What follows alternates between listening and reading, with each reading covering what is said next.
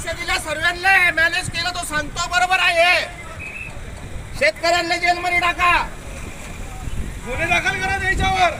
या बळव्याचं सगळं तुम्ही करा। जमीन आमची घेताय, जेलमध्ये आम्हाला टाकताय।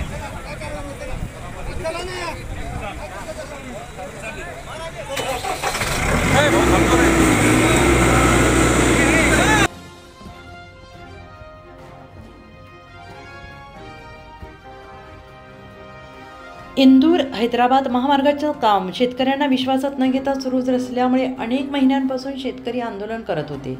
काही दिवसांपूर्वी आमदार चंद्रकांत पाटील यांच्या मार्गदर्शनाखाली जलसमाधी आंदोलन करण्यात आले। त्यानंतर आज आमदार चंद्रकांत पाटील हे पुन्हा रस्त्यावर उतरले आणि रस्त्याचे काम बंद करण्यासाठी आंदोलन करत असताना पोलिसांनी आमदार चंद्रकांत पाटील यांना अटक केली आहे। इंदूर हैदराबाद महामार्गाचं काम हे मुक्ताईनगर तालुक्यामध्ये सुरू आहे। या महामार्गाच्या कामामध्ये अनेक शेतकऱ्यांच्या शेती जात आहेत, त्यांना योग्य तो मोबदला मिळत नसल्यामुळे शेतकरी आंदोलन करत आहेत। अनेक महिन्यांपासून हे आंदोलन सुरू आहे, परंतु पोलीस बंदोबस्तात हे काम सध्या सुरू असल्याने मुक्ताईनगरचे आमदार चंद्रकांत पाटील यांनी अनेक वेळा आंदोलने केली, परंतु आज आंदोलन चिघळलं आणि मुक्ताईनगर आमदार चंद्रकांत पाटील यांच्यासह अनेक शेतकऱ्यांना पोलिसांनी अटक केली। आमदार चंद्रकांत पाटील आणि शेतकऱ्यांना अटक करण्याच्या निषेधार्थ मुक्ताईनगरमध्ये बंद पाडण्यात आला। तसेच मुक्ताईनगर प्रशासनाचा निषेध करत होल्डिंग देखील लावण्यात आला। त्या काळात माननीय मुख्यमंत्र्यांच्या निर्देशानुसार, माननीय एकनाथ शिंदे साहेबांच्या निर्देशानुसार मुंबईमध्ये बैठक झाली होती।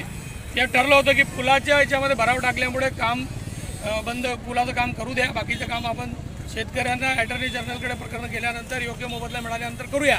पण आता पोलीस ज्या पद्धतीमध्ये इथे येऊन अरेरावी आणि गुंडगिरीची भाषा करताय, शेतकऱ्यांचा जबरदस्ती दाबलाय, तर मला असं वाटतं की हे आज माझ्याकडून न सहन होणार आहे। माझ्या तालुक्यातले या 200 शेतकऱ्यांवर अन्याय होतोय। प्रशासनाच्या माध्यमातून ज्या पद्धतीत चुकीचे पत्र दिलं होतं, मागच्या आंदोलनामध्ये पत्र दिलं गेलं की काम थांबवलं जाईल, फक्त पुलाचं काम केलं जाईल, आज जबरदस्तीने पोलीस ॲडिशनल एसपी आणि ही मंडळी करते आहे। आजचा आंदोलनाचा हा माझा शेवटचा भाग आहे। आता मी स्वतःच्या अंगावर पेट्रोल टाकून आत्मदहनाचा 100% इथे आंदोलन करेल, त्याच्यात माझा जीव गेला तरी बेहतर, पण या कामाच्या संदर्भामध्ये लोकांना न्याय मिळत नाही तोपर्यंत मी इथून हलणार नाही। हे सगळ्यात महत्त्वाचा मुद्दा आहे की पोलिसांच्या माध्यमातून खऱ्या अर्थाने आंदोलन चिरडलं जात आहे। शेतकरी सर्वसामान्याचा विषय, केळीच्या बागा ज्यांनी पैसे घेतले त्याच्या बागा उद्ध्वस्त झाल्या, त्यांना आजपर्यंत पंचनामा होऊ शकलेला नाहीये। माझी आपल्या माध्यमातून सरकारला विनंती आहे की एखादा आमदार लोकप्रतिनिधी जर इथे मरत असेल किंवा सर्वसामान्य माणूस जर इथे पडत असेल तर आपण खऱ्या अर्थाने सहानुभूतीने विचार करून या मुक्ताईनगरच्या प्रोजेक्ट संदर्भात या लोकांना योग्य मोबदला द्यावा, एवढी विनंती मी या निमित्ताने करतो। ही माझी शेवटची विनंती असू शकते, कारण मी आंदोलन करताना शेवटी हा पर्याय घ्यावा लागत आहे।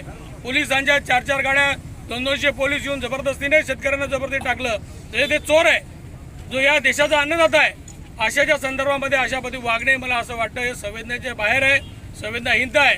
असं प्रशासन वागलं नाही पाहिजे, पण सरकारने तात्काळ लक्ष घातलं पाहिजे आणि खऱ्या अर्थाने या आंदोलनाला थांबवून शेतकऱ्यांना योग्य मोबदला देऊन प्रोजेक्ट केला पाहिजे। प्रोजेक्टला कोणाचा विरोध नाही आहे, प्रोजेक्ट झाला पाहिजे, पण योग्य मोबदला दिला पाहिजे, हीच आमची मागणी आहे।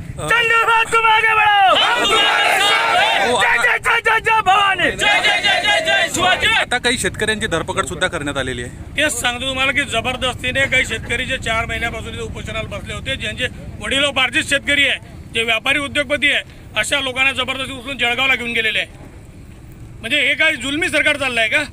या सरकारच्या माध्यमातून आंदोलन करणारा, जे घटनेने आम्हाला संविधान दिलं आहे आंदोलन करणे, हे आमचा संविधानिक हक्क आहे, तोही मोडण्याचा प्रयत्न या आंदोलनाच्या माध्यमातून होतोय। कोणाच्या जीवावर चाललाय, कोण करताय, कोण शेतकऱ्यांच्या विरोधात आहे, हा पहिल्यांदा खरा प्रश्न आहे आणि हे चुकीचं आहे। पोलीस गाडीत बसवताना शेतकऱ्यांनी प्रांत अधिकाऱ्यावर सुद्धा आरोप केलेले आहे। प्रांत अधिकारी महोदयांनी मागच्या आंदोलनामध्ये पत्र दिलं होतं की पुलाचं काम होईल, बाकी काम होणार आहे। त्या पत्राला त्यांनी हरताळपासून आज परत ते रुंदागिरी काम चालू करावंच लागेल। ठीक आहे, आज काम सुरू राहील ते बंद राहील नाही, मी आता जोपर्यंत जिवंत आहे तोपर्यंत मी काम चालू होऊ देणार नाही, बाकी जे व्हायचं ते होईल। प्रशासनाचं म्हणणं आहे जो अडवेल त्यांच्यावर आम्ही गुन्हे दाखल करा, काय करायचं आम्हाला जीवाने घेऊन जायचं घेऊन जा, फाशी द्यायची ते द्या, पण खऱ्या अर्थाने जो आजचा इथला बडी राजा आहे त्याला न्याय मिळाल्याशिवाय मी हलणार नाही इथून। उत्तर महाराष्ट्र न्यूज नेटवर्कसाठी विठ्ठल धनगर, मुक्ताईनगर। आत्मा मालिक मल्टी स्पेशालिटी हॉस्पिटल येथे मोफत सुविधा, एंजियोग्राफी, एंजियोप्लास्टी, बायपास सर्जरी, सर्व प्रकारचे ओपीडी केस पेपर फ्री, सोनोग्राफी फक्त 400 रुपयात, एक्सरे फक्त 100 रुपयात, लॅब तपासणीवर 50% सूट, औषधींवर 20% सूट. अधिक माहितीसाठी संपर्क 90 90 91 91 96 तसेच 7304 75 56 55. आमचा पत्ता Atma Malik multi speciality hospital, Kokamthan, Shirdi Kopargaon road, Samruddhi Mahamarg circle जवळ, कोपरगाव.